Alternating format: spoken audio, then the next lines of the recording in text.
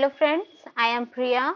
I am here with some of the shortcuts for special integration function, integration of a special function and especially for CU set. देखिए special function में हमारे क्या आता है, modulus function, greatest integer function, signum function और ये सारे function. Modulus function में हम मॉडुलस फंक्शन ऑफ एक्स का सबसे पहले ग्राफ समझ लेते हैं। मॉड ऑफ एक्स का मतलब होता है mod of X minus zero. इस जीरो को हम कहते हैं क्रिटिकल पॉइंट। कैसा पॉइंट कहेंगे? Critical point. ठीक है, ये हमारा क्रिटिकल पॉइंट हो गया। इसका ग्राफ कैसा ड्रॉ होता है?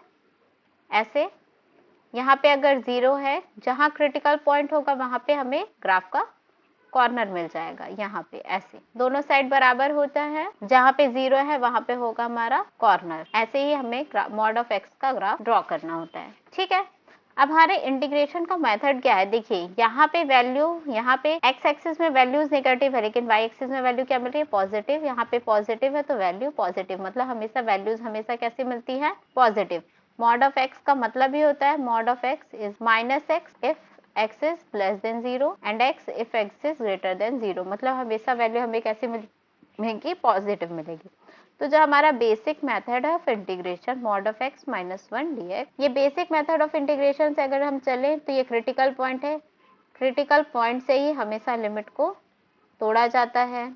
Minus of X minus one D X plus 1 to 4 x minus 1 dx। अब बेसिक इंटीग्रेशन का मेथड, integration of x power n dx is equal to x power n plus 1 upon n plus 1।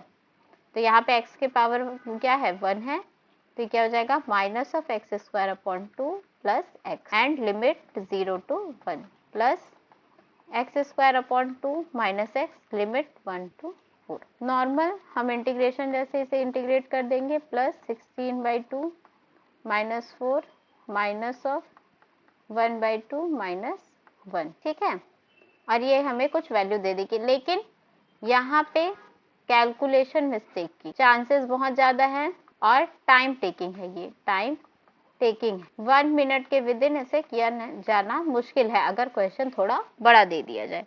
इसलिए हम इसका shortcut method समझेंगे कि अब हम इसे शॉर्टकट में कैसे कर सकते हैं। अब हम शॉर्टकट मेथड में क्या करेंगे? मैंने जैसे बताया मॉड ऑफ एक्स का ग्राफ ड्रॉ करना है, तो हम ये ऐसा किया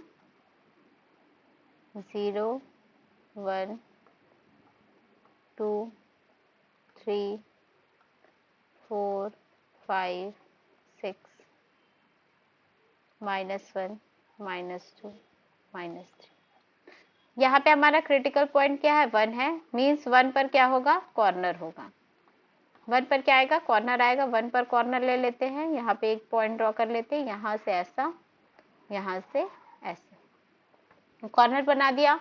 अब हमारा लिमिट कहाँ से? 0 से 4 पर है। कहाँ से है? 0 से 4 पर है। तो 0 पर क्या कर देना है? बंद कर देना है। तो हम यहाँ पे 0 पर इसे बंद कर देते हैं और यहाँ पे 4 पर बंद कर देते हैं। अब ये क्या बन गया? हम इसे ट्रीट करेंगे, ट्रीट एज अ ट्राइंगल। एक ट्राइंगल की तरह ट्रीट करेंगे। तो एरिया ऑफ ट्राइंगल क्या होता है? Area of triangle half base into height, half base into height. यहाँ पे बेस क्या है? 1 2 3, 3 बेस है, हाइट भी 3 है क्योंकि जितना ही ऐसे बढ़ रहा है वैतना ही ऊपर बढ़ रहा है। हाफ 3 इंटू 3, इसके लिए क्या हो जाएगा? हाफ 1 इंटू 1, तो ये एरिया क्या हो गया? 1/2 प्लस 3 3 ज़ा 9/2, ये हो गया 10/2 इज इक्वल टू 5। तो ये हमारा आंसर क्या आ गया? Integration of 0 to 4 mod of x minus 1 dx is equal to 5। ठीक है, ये हमारा हो गया आंसर। नेक्स्ट देखते हैं सेम मेथड। कॉर्नर कहाँ पे आएगा? यहाँ पे क्रिटिकल पॉइंट क्या है? 5, तो कॉर्नर कहाँ पे आएगा? 5 पे आएगा। 5 4 3 2 1 6 7 8 1 0। कॉर्नर कहाँ पे आया? 5 पे आया ऐसे, और फिर इधर पे कहाँ पे आया? 2 पर आया। तो ये यहाँ पे जोड़ दिए 2 पर, यहाँ पे तो जोड़ दिए 8 पर। लिमिट कहाँ से कहाँ तक गई, 2 से 8 तक का ट्राइंगल बन गया। यहाँ पे ट्राइंगल कैसा, 1 2 3, तो ये हो जाएगा 3 क्रॉस 3 हाफ क्रॉस 3, और ये हो जाएगा हाफ 3 क्रॉस 3 1 3। तो ये भी ट्राइंगल है, ये भी ट्राइंगल है, तो ये हमारा बन जाएगा 9/2 प्लस 9/2, ये हो जाएगा 18/6 इज इक्वल टू 9 इंटीग्रेशन में। ठीक है, तो हमारा आंसर ये 9 क्या हो जाएगा, आंसर हो जाएगा। अब हमें लॉन्ग कट मेथड से जाने की जरूरत नहीं है, सीधा विद इन 30 सेकेंड्स हम आंसर निकालेंगे, with in 30 seconds. Next question देखते हैं। देखिए पहले वाले जितने क्वेश्चन थे इनमें क्या था, हमारा माइनस था, यहाँ पे माइनस था तो क्रिटिकल पॉइंट प्लस में आ रहा था। अब यहाँ पे ये प्लस में है तो क्रिटिकल पॉइंट क्या होगा, -2। हमारा क्रिटिकल पॉइंट होगा -2, तो -2 पे क्या आ जाएगा, कॉर्नर आ जाएगा। यही हुआ।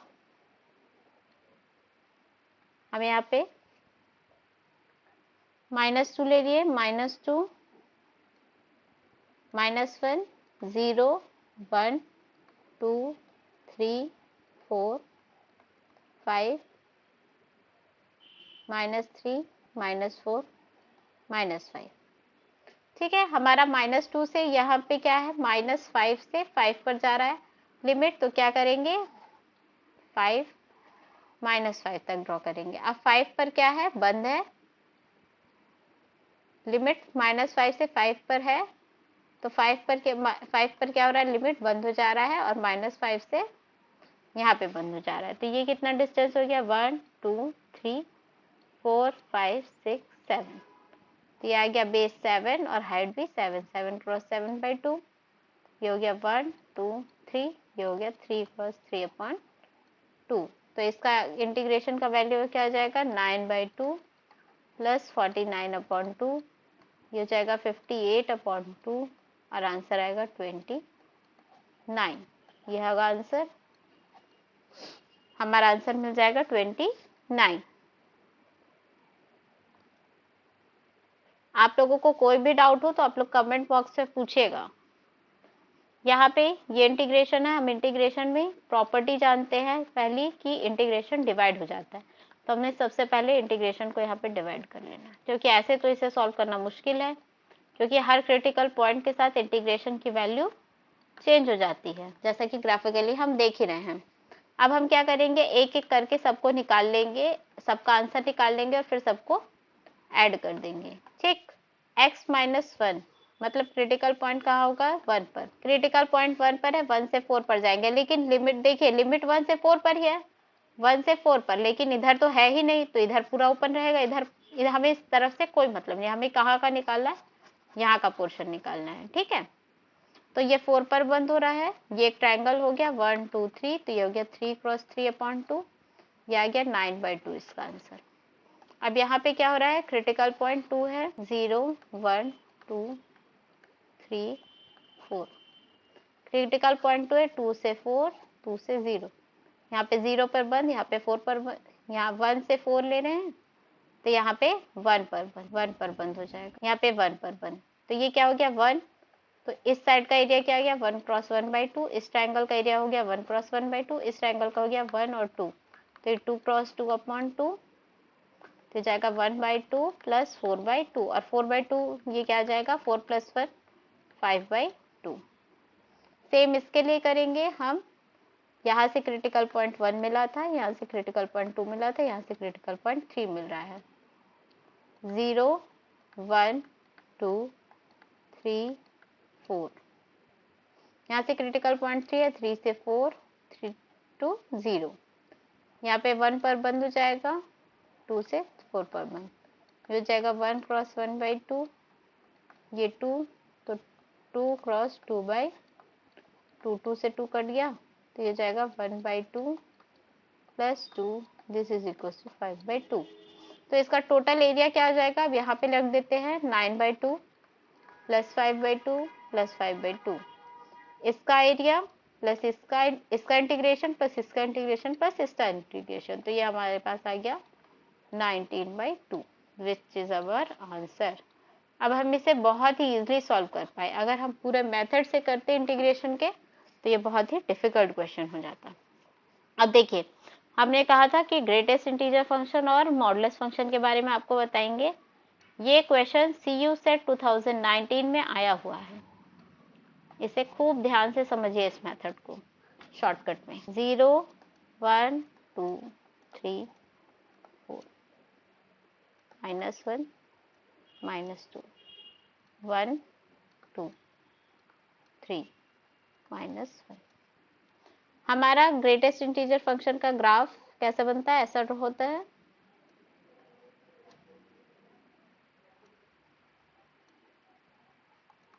ठीक है, अब हम क्या करें, अगर यहाँ से यहाँ पे मिला दे, यहाँ से यहाँ पे मिला दे, इधर से इधर पे मिला दे, पर हमको कहाँ तक जाना है? 2 तक जाना है, 0 से 2 तक जाना है, तो हम यहीं तक चलेंगे। इसे ट्रीट करेंगे, ट्रीट एज अ रेक्टेंगल। इसे रेक्टेंगल की तरह ट्रीट करेंगे तो इसका एरिया हो जाएगा, ये लेंथ कितनी है? 1 है, हाइट कितनी है? 1 है, 1 क्रॉस 1। ये बैठा हुआ है तो यहाँ पे लेंथ कितनी है? 0, लेंथ कितनी है? 1, और हाइट कितनी है? 0, तो यह आ जाएगा 0। तो 0 + 1 = 1। अब आप इसे एग्जाम में तुरंत 30 सेकेंड्स भी नहीं लगेंगे, 20 सेकेंड्स में सॉल्व कर दो। कितने सेकेंड में? 20 सेकेंड्स में। नेक्स्ट क्वेश्चन देखते हैं। ग्राफ ड्रॉ कीजिए। 1 2 3 4 5 0 -1 -2 -3 -4 1 2 3 4। 0 से 1 पर वैल्यू 0 मिलेगी, 1 से 2 पर वैल्यू 1 मिलेगी, 2 से 3 पर वैल्यू 2 मिलेगी, 3 से 4 पर वैल्यू 3 मिलेगी। -1 -2, 0 से -1 पर वैल्यू माइनस मिलेगी, 1 मिलेगी, -1 से 2 पर वैल्यू -2 मिलेगी। ठीक है, ये हो गया 0 × 1। बेस है 1, लेंथ 1 है, हाइट कितनी है? 0 है। यहाँ पे लेंथ कितनी है? 1 है, हाइट भी 1 है, तो 1 क्रॉस 1। यहाँ पे लेंथ 1 है, हाइट 2 है, तो 1 क्रॉस 2। यहाँ पे लेंथ 1 है, हाइट 3 है, तो 1 क्रॉस 3। ये 1 क्रॉस 1 -1 क्रॉस 1, क्योंकि यहाँ पे क्या हो रहा है? लेंथ तो 1 है लेकिन हाइट कितनी है? -1 है, तो 1 × -1 इज -1। सिमिलरली इसका भी होगा। यहाँ पे लेंथ कितनी है? 1 है, तो 1, और हाइट कितनी है? -2 है, तो ये हो जाएगा -2। तो ये आया -1 + 1, ये हो गया 1 2 3, 1 + 2 + 3 -1 -2, तो -1 -2, 3 + 3 -3, तो ये आ गया आंसर 3। ठीक है, इसी तरह से आप एक और क्वेश्चन देखिए। -1 to 2 greatest integer function of x dx। ठीक है,